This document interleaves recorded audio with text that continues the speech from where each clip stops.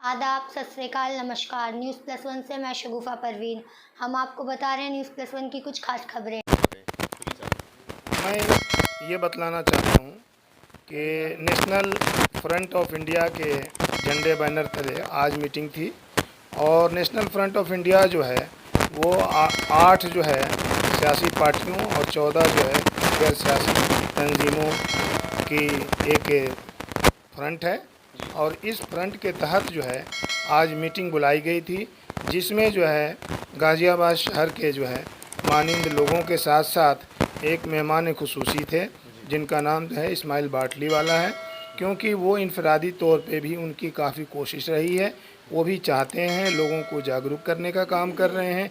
वो भी चाहते हैं कि मुस्लिम इत्तेहाद हो, तो जिसको लेकर के आज मीटिंग रखी गई थी। अच्छा, इस मीटिंग में अभी क्या सिलसिलेवार बातचीत हुई और उसमें क्या निकल के आने की कुछ निकलने आने की संभावना है क्या? इसमें ये बात खुल कर के सामने आई कि नेशनल फ्रंट ऑफ इंडिया और इसके जो भी कारकुनान यहाँ पर थे, जो भी कार्यकर्ता थे, वो मौजूद थे और वे जो है काफ़ी कर्मठता से, काफ़ी लगनशीलता से वे जो है काम को अंजाम दे रहे हैं और इसी का नतीजा होने जा रहा है कि आज उत्तर प्रदेश की चुनाव जो कमिंग चुनाव है वो जो है उस चुनाव में जो है मुस्लिम इत्तेहाद बनने जा रहा है। लेकिन आज इस्माइल बाटली वाला जब इस मीटिंग में आए तो वो इस मीटिंग को दूसरी दिशा देना चाह रहे थे, क्योंकि वो व्यक्तिगत तौर पर जो काम कर रहे हैं उसका कहीं से कोई और छोर नहीं है। अगर उन्हें समझाने की कोशिश की गई तो उन्होंने लास्ट में आखिर में उस चीज़ को स्वीकार किया और उसी स्वीकार करने का नतीजा ये हुआ कि उन्होंने ये इस बात को तस्लीम किया कि हम हद से ज़्यादा अपने आप को बोल जाते हैं, जो हमें ऐसा नहीं बोलना चाहिए। आज इनको जो है इस चीज़ पर दिशा निर्देश दिया गया कि आप कोई भी बात बोलें तो माप तौल करके बोलें, क्योंकि आज उलमा काउंसिल के राष्ट्रीय अध्यक्ष जनाब मौलाना आमिर रसादी साहब जो है उन्होंने एक काफ़ी कोशिश किया है कि इत्तेहाद यहाँ बड़े पैमाने पर हो और सियासी इत्तेहाद ऐसा हो कि मुसलमान गुमराह ना हो, और इसको लेकर के जो है हम आगे बढ़ रहे हैं। लेकिन इस्माइल बाटली वाला की तरह कई ऐसे इनफरादी लोग घूम रहे हैं और वो ये चाहते हैं कि मुसलमानों को गुमराह करके और कोई भी चाहे वो अखिलेश हों या मायावती हों या राहुल गांधी हों, इनसे मिल करके जो है वह चाहते हैं कि व्यक्तिगत तौर पे अपना मतलब साधा जाए, जिसको नेशनल फ्रंट ऑफ इंडिया की आज मीटिंग में ये वाज़ेह कर दिया गया कि ऐसा हम नहीं होने देंगे, क्योंकि हमारे यहाँ जो इज्तिमाई तौर पर फैसला लिया जाता है उसी के तहत हम आगे बढ़ते हैं। अच्छा, एक पर्सनल सवाल मेरा आपसे ये है कि जैसे हम इत्तेहाद की बात कर रहे हैं तो 50 वर्षों से ज़्यादा हम कोशिश में लगे हुए हैं कि इत्तेहाद हो मतलब एक एजेंडे के नीचे आज तक इत्तेहाद बना क्यों नहीं है? इसके पीछे कारण क्या है? क्या उस कारण को जानने के बाद उस पर कोई समाधान हुआ है या उसको बस हम इसी तरह से लेके चलते रहेंगे? इसका ये कारण है कि कोई भी आदमी अगर तुरंत कुछ करना चाहता है तो कुछ तुरंत ही उसका रिजल्ट भी चाहता है। ये वजह है कि आज तक इत्तेहाद नहीं कायम हो पाया। इत्तेहाद के लिए कैरेक्टर ज़रूरी है और जब कैरेक्टर में पुख्तगी होगी तभी जाकर के हम इत्तेहाद कर सकते हैं। इत्तेहाद दो तरह की होगी, एक तो हम आगे एक ऐसा इत्तेहाद की बुनियाद डालें कि आने वाली नस्ल जो है अपने आप हमारी मुत्तहिद हो जाए, उसको इत्तेहाद करने की ज़रूरत ही नहीं पड़ेगी। उसके लिए है तालीम और तरबियत, और जब तालीम और तरबियत हमें देंगे तो इंशाअल्लाह आने वाले दिनों में हमारी जो नस्ल होगी वो फीलिंग नहीं रखेगी कि हम मुसलमान हैं, वो हिंदू है, वो सिख है, वो ईसाई है, बल्कि वो हुजूर अकरम सल्लल्लाहु अलैहि वसल्लम की जो है अपनी मानने वाला होगा। उम्मतों में से ऐसा उम्मत होगा जो उसकी अमलियाती ज़िंदगी ऐसी होगी कि लोग अपने आप ही उसके अमल से मुतासिर हो करके उसके तरफ अट्रैक्ट होंगे। तो ये हमारा जो होगा नस्बुलैन या नज़रिया जो है ये परमानेंट है, यानी कि दूरदृष्टि पक्का इरादा है। और दूसरा हमारा ये होगा कि अगर हम जो जी रहे हैं तो हम आगे समझौता करके लोगों से जो है आगे बढ़ें और हम जो है एक ऐसा मुआहदा करें और उन मुआहदा में कुछ पॉइंट्स लाएं और जो भी सियासी पार्टियां हमारे मुआहदे को तस्लीम करें उसी को हम जो है आगे सहयोग करें या समर्थन दें। अच्छा, आने वाले चुनाव 2022 के चुनाव को कैसे देखते हैं आप? इसमें क्या पकड़? आने वाले चुनाव में अभी से ही उधेड़-बुन लगा हुआ है। कोई जातीय सम्मेलन करा रहा है, कोई धर्म के नाम पर, कोई क्षेत्र के नाम पर। तो इस तरह से हमारी नेशनल फ्रंट ऑफ इंडिया का मानना है कि हम मुसलमानों को मुत्तहिद करेंगे, साथ साथ उन लोगों को भी मुत्तहिद करेंगे जो न्याय पसंद लोग हैं, जो सच्चाई के रास्ते पर चलना चाहते हैं, जो चाहते हैं कि जिनके साथ किसी के साथ हक तलफी ना हो, जो चाहते हैं कि बेरोज़गारी दूर हो जाए, जो चाहते हैं कि आज हमारे मुआशरा में सुख और शांति हो, जो चाहते हैं कि बलात्कार हमारी बहू बेटियों का ना हो। तो हम वैसे लोगों को भी लेकर के हम आगे बढ़ना चाहते हैं। हम ऐसे लोगों को लेकर के हम वैसे सियासी पार्टियों से मुआहदा करना चाहते हैं जो इन कामों को, इन पॉइंट्स को आगे लेकर के अपनी क्रियाकलाप या कार्यक्रम रखने की घोषणा करें। अच्छा, महिलाओं की सुरक्षा के लिए जो माहौल आज की डेट में बना हुआ है उस पर कुछ कहना चाहेंगे? महिलाओं की जो आज हालात बद से बदतर हो रहा है, इसके लिए जो है हमारी समाज, हमारी राज्य सरकार और हमारी केंद्र सरकार, ये तीनों जो है जिम्मेदार हैं।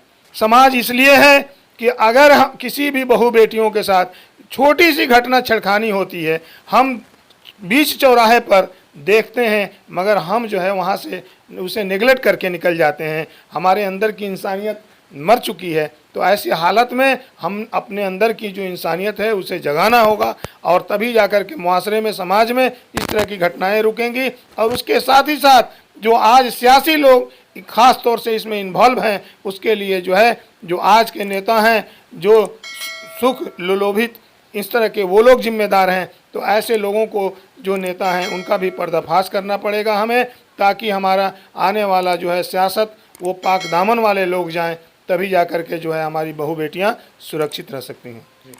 चलिए, इसी कड़ी में आगे हम आगे लोगों से जानते हैं कि आज जो सभा हुई है उस सभा में आगे लोगों के जो विचार हैं वो कैसे विचार हैं। तो आप आपका अपना परिचय दीजिए।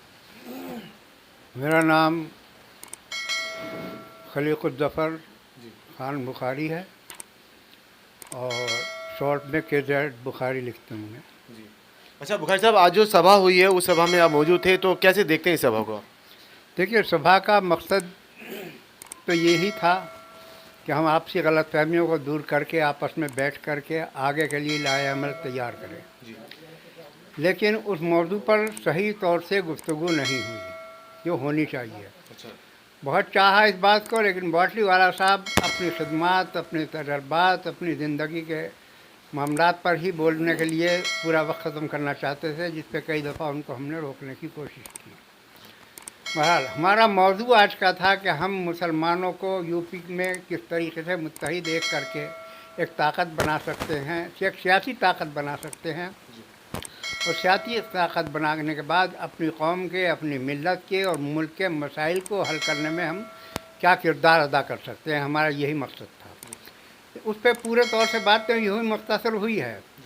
हमारा सवाल ये था कि हमारी कौम के अंदर 75 साल से सियासी नेता हमारा अपना क्यों नहीं हुआ।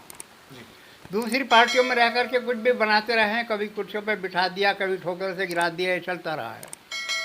लेकिन मिल्लत के मसाइल बोलने पर बोलने की या काम करने की या काम कर सकते हैं, किसी पार्टी ने हमें इजाज़त नहीं दी।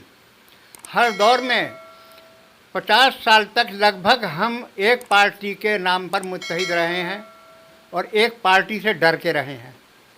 हमारे दिलों में कुछ हमारे रहनुमाओं ने कुछ लोगों का डर बिठा करके दूसरे के साथ हमें बैठने पर मजबूर कर दिया कि ये तुम्हें मार के जान से मार देंगे और ये हमारे मसाइल में, हमारे हालात में, हमारे ऊपर हमलों में, हमारे ऊपर दंगों में आज तक कोई भी सेकुलर पार्टी हमारी मदद के लिए नहीं आई।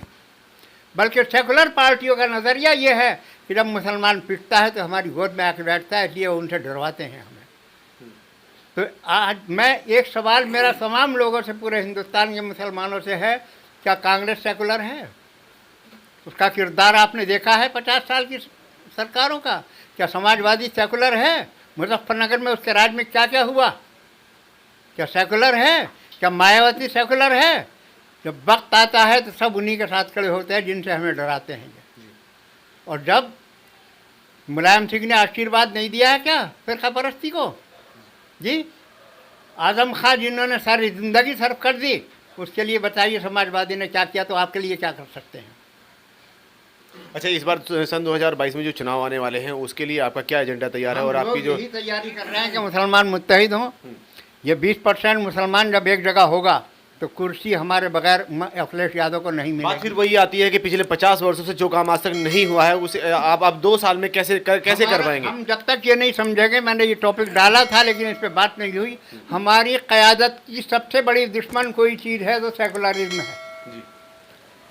सेकुलर पार्टियों को जो हमारे जहन में बिठा दिया गया है कि ये तुम्हारी हिमायती हैं, जब तक हम सेकुलरिज्म को समझने की कोशिश नहीं करेंगे कि कोई पार्टी हिंदुस्तान के अंदर सेकुलर नहीं है, सब खुद गरज मफाद परस्त अपने गर्जों की बात करके हमसे वोट लेकर के कह दें जाओ बैठो अपने घर जा करके। तो इस बार क्या मुसलमानों ने अपने कोई रहनुमा अलग से चुना है क्या? हम रहनुमा अलग से नहीं बल्कि सियासी पार्टियों को मुनज़्ज़म एक जगह करने का काम कर रहे हैं, जो मुस्लिम सियासी पार्टी हैं उन सबको जोड़ रहे हैं यूपी के अंदर अभी, और आगे पूरे मुल्क में जोड़ेंगे।